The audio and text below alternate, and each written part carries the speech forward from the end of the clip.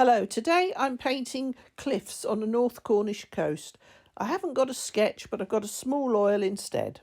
So the first thing to do is to put in the sky and then work out warm colours and cold colours, because the way it looks three-dimensional is the play of warm against cold.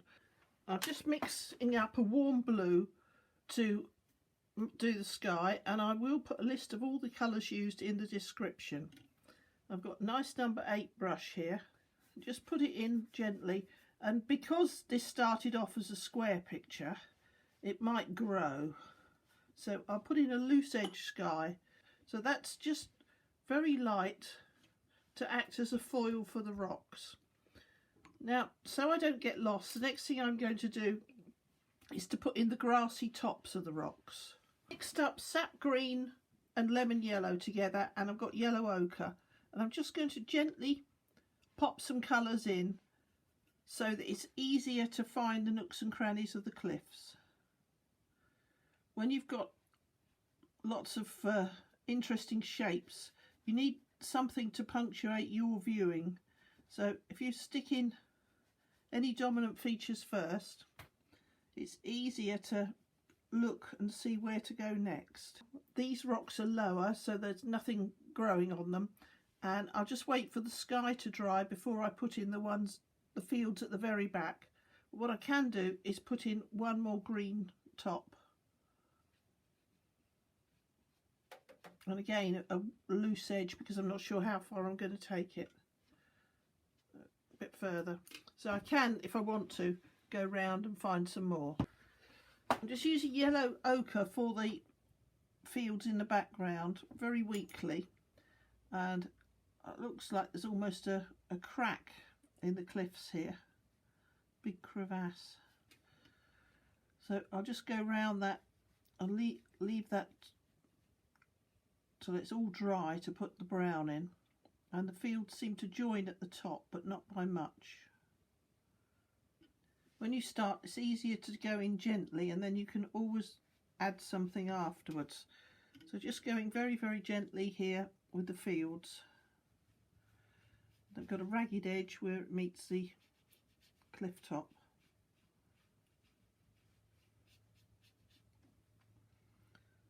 And again, taking it out to infinity.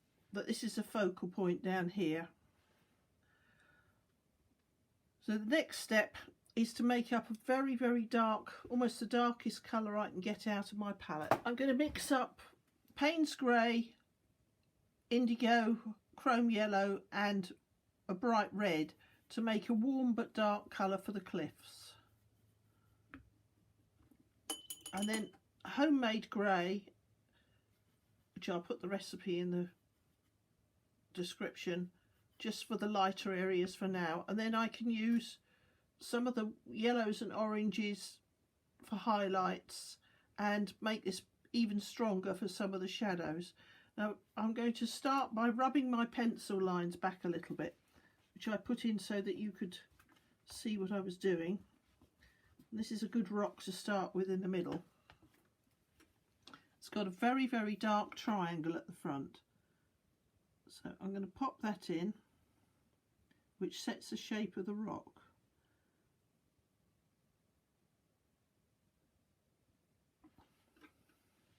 The rocks that are still wet look even darker. And if you are going painting on the spot, they will change as the tide goes in and out. And then there's a split in the rock here which I can put in.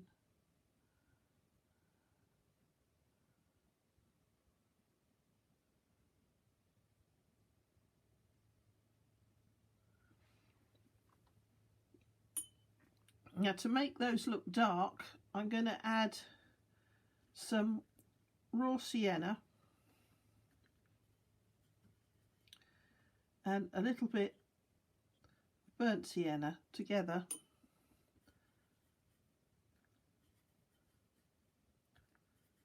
just for a mid colour, and I'm going to gently lay it on.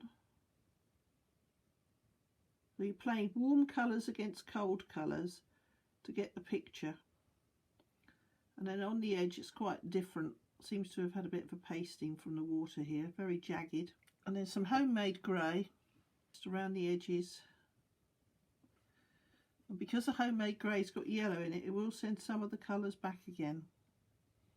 Now the rock behind it is much darker, so I need to increase the strength of the colour I mixed up earlier.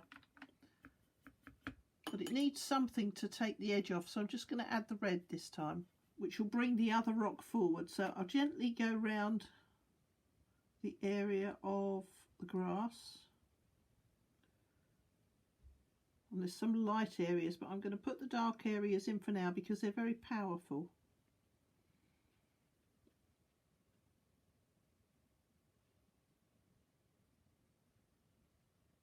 Go round a tooth-like edge here.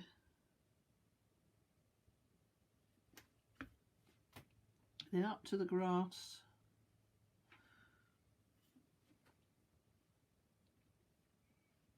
You can see that the dark rock has brought the light rock forward.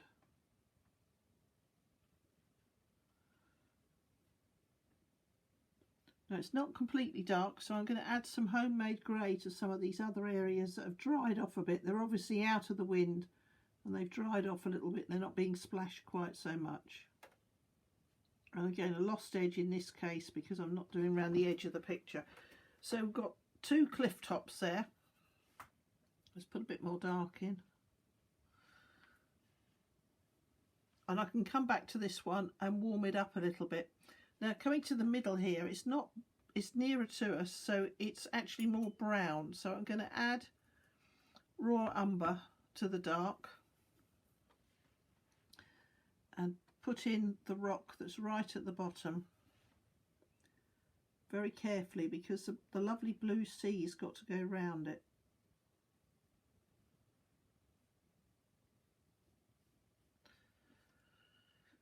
Then moving up, the rocks are drier and more sheltered, so it's more homemade grey.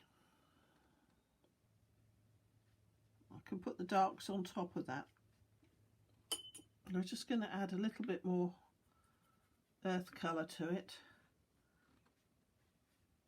Just claim the shape of the cliff and then sort out the lights and darks in a minute, because it's nearer to us, so it's slightly more detail showing. When you're doing cliffs, you do need a spare clean water nearby. And it's very, very dark here, this dark triangle. It's obviously in shade from something, so I'll pop that in.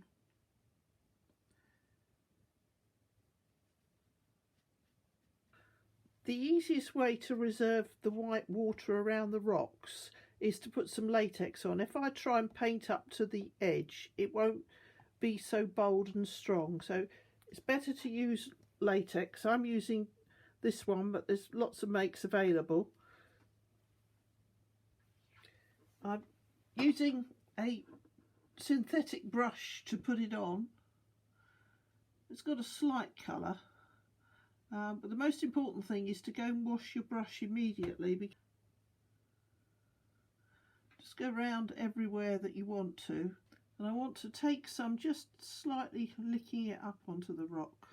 As you can see from this photograph, that the white water can be quite exceptional on some days. And here we've got bigger areas where it's hitting the rock and bouncing back again. I've got two colours of field. I've got one that's slightly lighter than the other, so I'm using yellow ochre and Naples yellow for that one.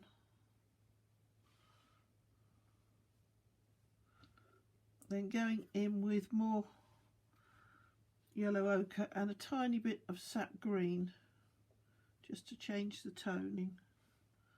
So just keep varying the colours slightly.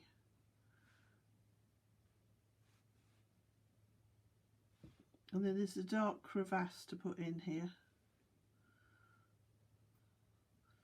That looks quite interesting. I keep walking one side of the cliffs or the other. I must go all the way around. This is a long distance coastal path.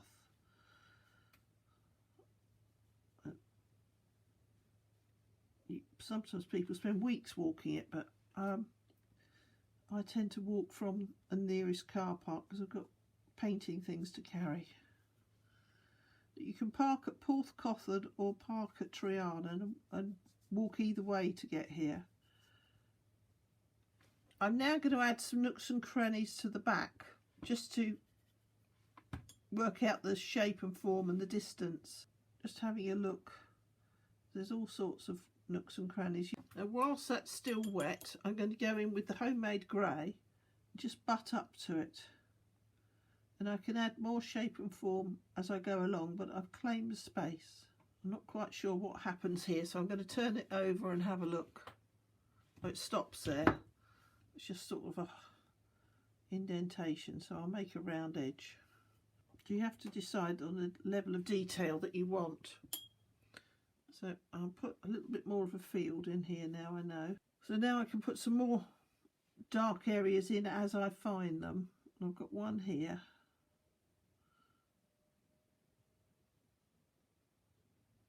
Another one there. And that all helps make it look curvy. So now back with the homemade grey. And just add it, and then when that's dry I'll add more nooks and crannies. So I'm now moving forward to this area of cliffs, which has got some very interesting colours. I seem to have got a very light face here, which is a mixture of yellow ochre and homemade grey, and then some shadows. And then coming forward to the burnt out grass on top, which is quite orangey, but only for a little way. And again on top of the hill. So just wipe off the brush, find a lost and found edge there.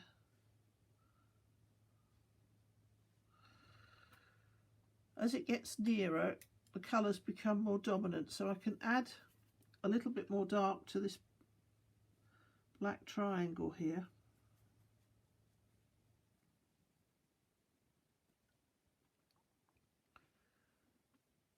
And then look at the area that seems to be in shadow here, very dark. I'm just going to put on a gentle line and then come back to it. I want to see where it goes around the corner.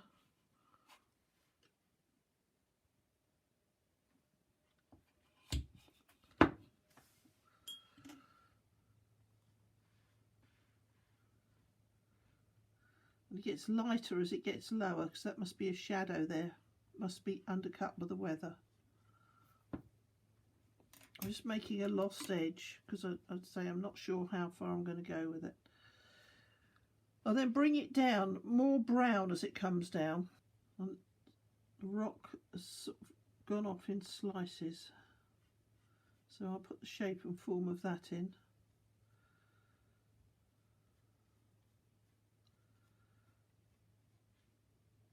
And then more dark here where it's still in shadow.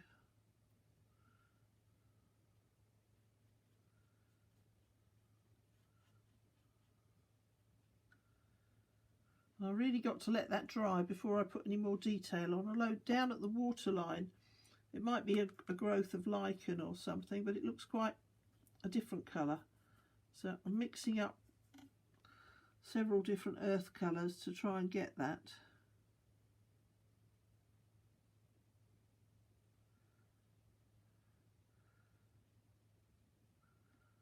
Sometimes along that coast further down you can get purple and green rock. It's amazing all the different colours there are.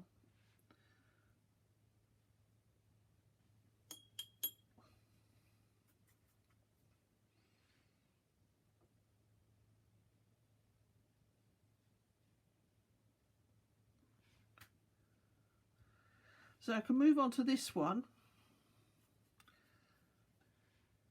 and put some darks in to get the shape.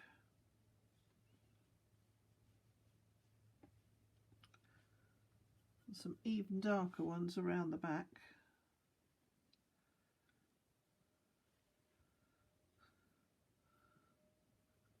just have to keep adjusting your paint, making it as dark and rich as possible. But where the rocks are wet, they are much darker. And try and draw them in the way that they are formed. So this one's got a bit of an arch and a dark edge. So we put the dark edge in because that'll look good against the blue and white surf.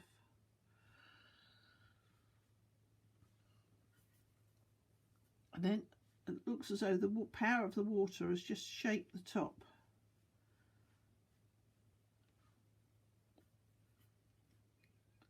Go down to the waterline because it's easy because we've got the latex on. Just make it as dark as I can on the edge.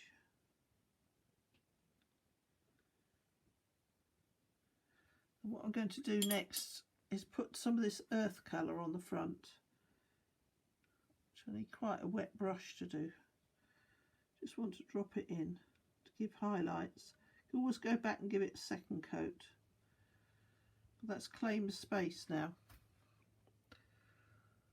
And these two are almost submerged, so what I just need to do is just run the brush across with very dark paint on. And the latex will do the rest.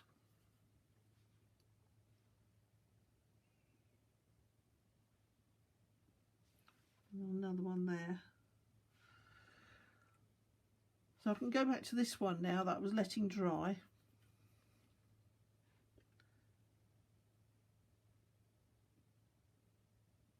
And the shape is very important here. It definitely looks undercut by the waves. And it changes angle.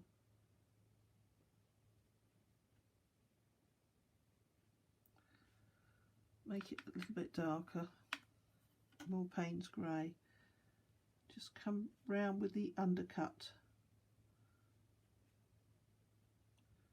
Definitely looks like the waves have beaten this one into a curve.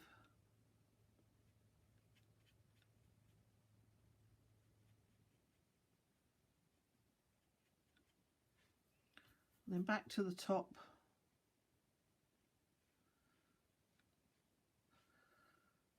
More Paynes grey to make it dark because it's in shadow. Just put lines in which will find their own way. Keep loading the brush.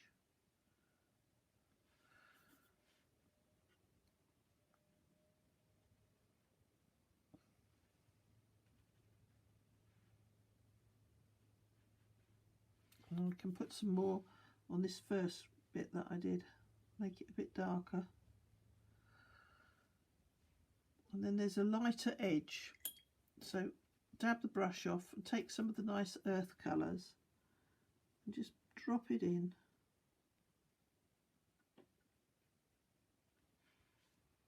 The next stage is to put the sea in, which wants to be warm. So I've got French ultramarine and Viridian, which I can mix together to make it warm. And I've also got this lovely turquoise, which I can add for highlights. I'm going to start with the lighter colour and just put it in against the rocks.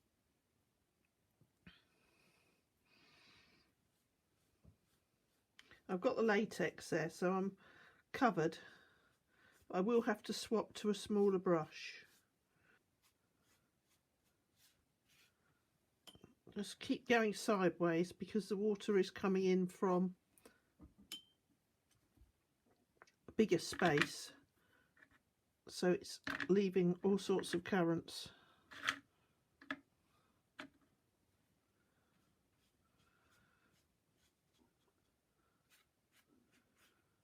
The idea about putting the latex down is that you've got freedom then.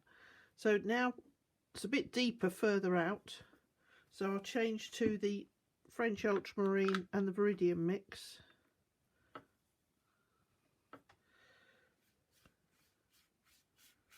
And that will also focus people's attention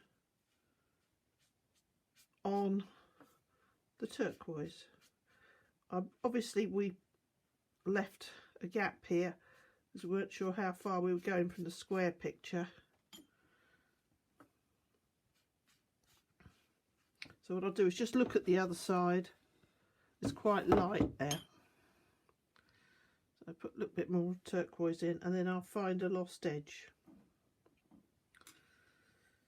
Now I'm going to get a smaller brush now, number 4, that was number 8.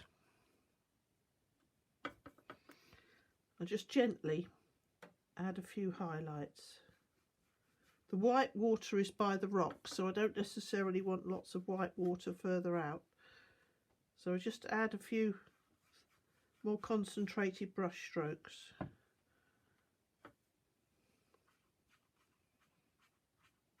Just a few shadows and highlights. Now, to go in carefully around the rocks, it is slightly darker because it's in shade, it's not turquoise. I'm going very gently, and it just goes round the bottom of the rock.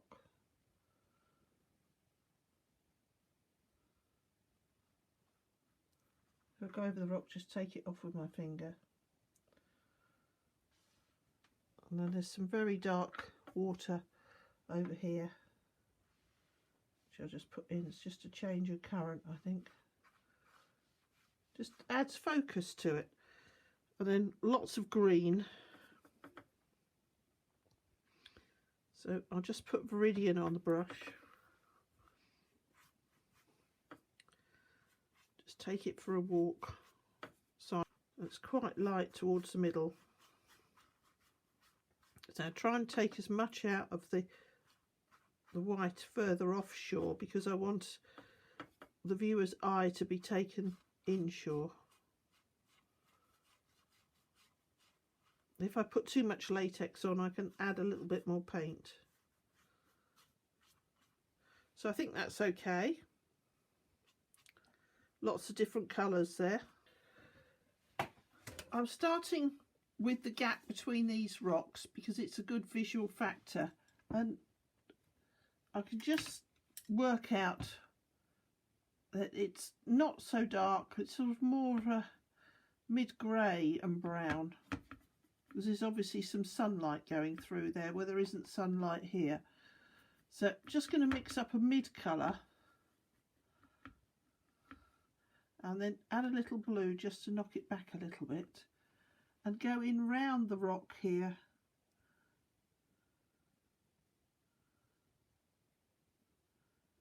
And then I'll add some shadows and nooks and crannies just to recess it a little bit. It goes all the way to the back before the same colour is here.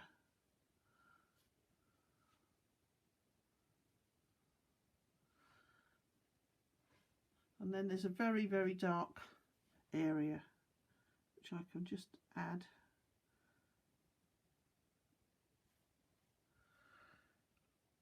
And another one here. So the tones develop as you go. And then the same very light colour this way, because there's even more sunlight, so it's even lighter. So I'll just tint it a little bit. The colours change as they get nearer to you and further away. And there's a few crevices in that one which I can put in with some dark shortly, but I'll give it a chance to dry first. If you want crisp edges, you have to let things dry for a moment. And again round here.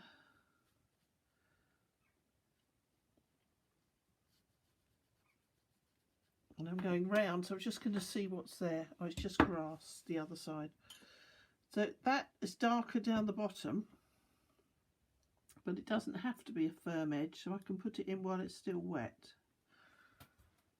And that leads your eye onto this one, which is very dark. So I'm going to make up very, very dark using Paynes grey, a little bit of red to warm it up a bit. And go in at the bottom here, where there seems to be a slither of rock that's quite hard, that's kept going where the others are still being knocked about. It's got a very determined shape. It goes up gently. The waves have knocked other bits off.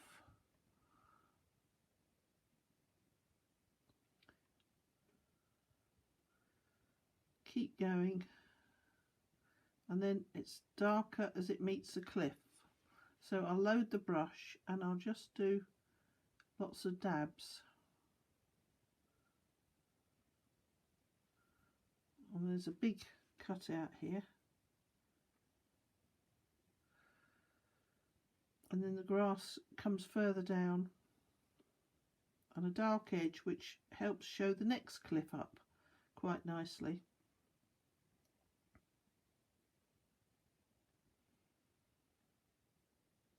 And then lots and lots of nooks and crannies. I'll start with this corner. If you put warm against cool, it helps set the scene. And that's grass there, so I need to leave that bit. So that's now leading you into the picture through that gap, which will lead us in a bit more if I make this a tiny bit darker.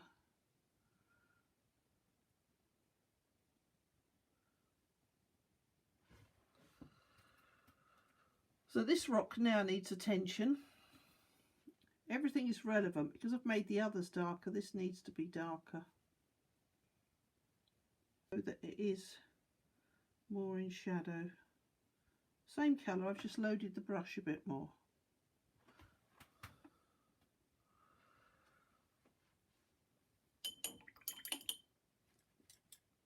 And now that I've put the latex and the water in, I can do a little bit more to this rock just to show that it's nearer. I've got more form. And I've got a cliff top here that's half rock and half grass, so I'm going to use some of the homemade grey, put the top in, a little bit of Naples yellow and brown just to join the edges. So now I've got to put in nooks and crannies, so I need a much smaller brush, number 1, and some very dark paint just to give the suggestion of a hedge line. So I'm using brown,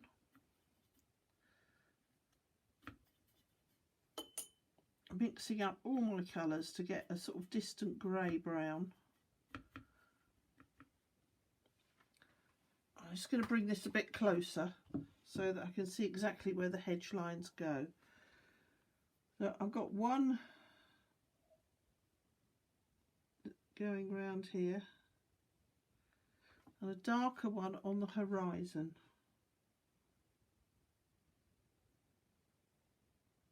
That's why you need a number 1 brush, just to do it gently. It's not even, there are nooks and crannies to it.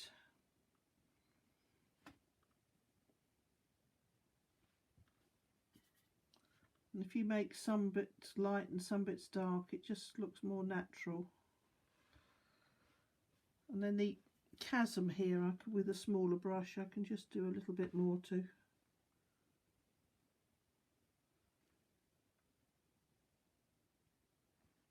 Keep going round.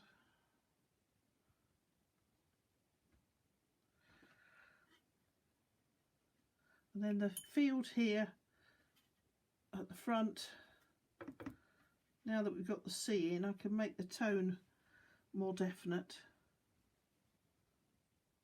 That one's thriving there, it's in some shelter.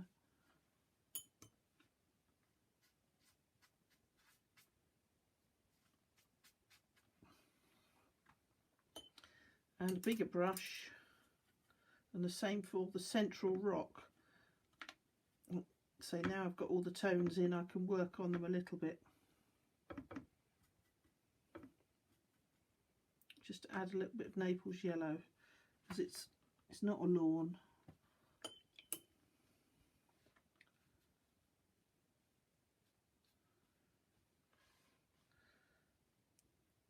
Yellow ochre. If you want to make grass look further away, Naples yellow is a very good way of just muting the green.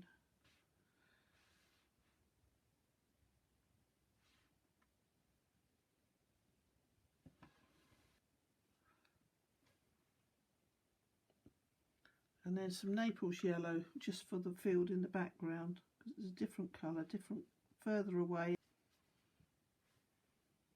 And there's some more nooks and crannies on this cliff.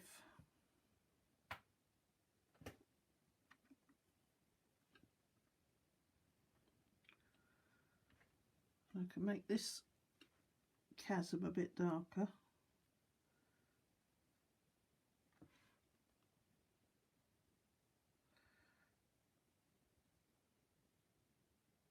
And lots of little nooks and crannies.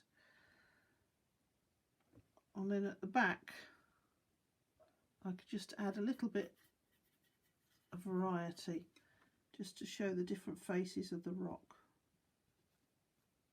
A bigger brush, just merge them together.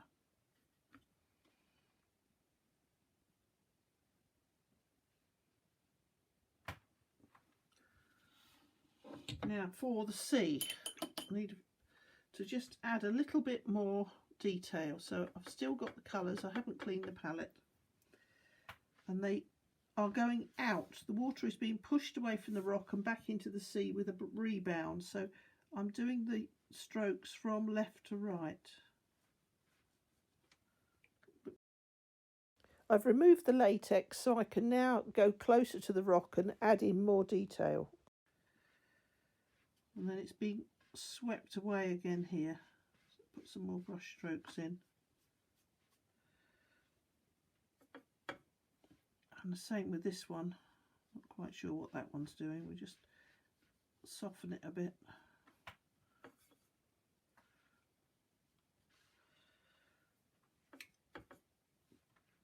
And this one again, so it's being rebounded, so we'll just put the strokes going one direction and add a line in the middle.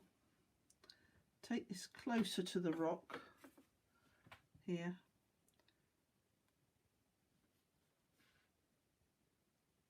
And then it's bouncing off that one so it can stay there, and then it's all round this one here.